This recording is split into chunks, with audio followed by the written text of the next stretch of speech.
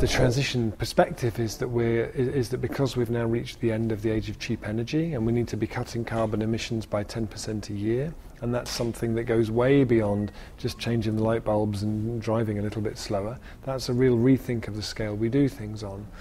And when we rethink like that, then the community around us and the food producers around us and the business community around us become much, much more important.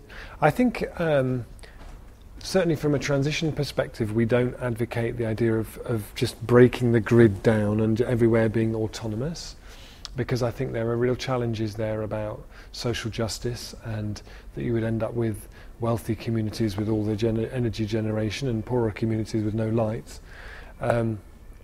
So I think it's more that we keep a grid, but we use that grid to distribute renewable energy, and that we try and make sure that as much of that renewable energy is in community ownership. So in the UK at the moment, maybe 3% of renewable energy is owned by communities. In Germany it's about 50%.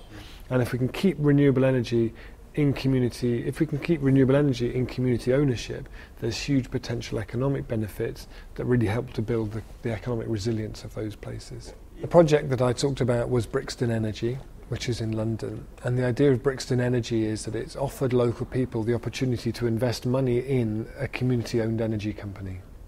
And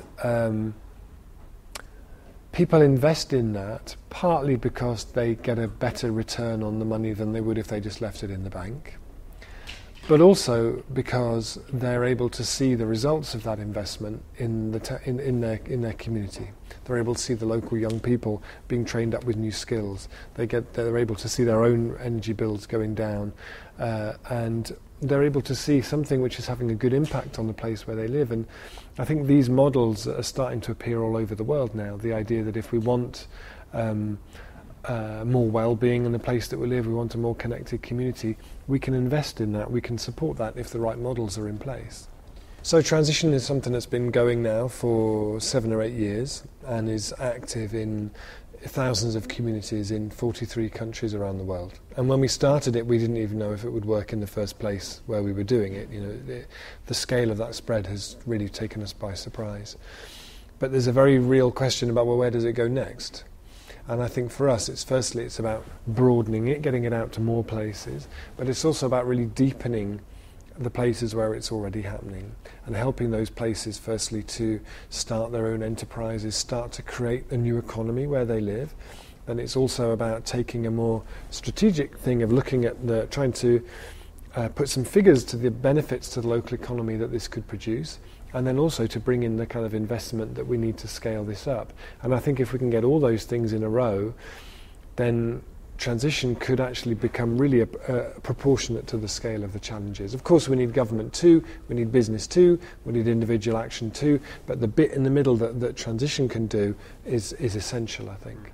Transition is something where what people pick up from Transition Network or wherever they get that support from, what they pick up is an invitation to be creative.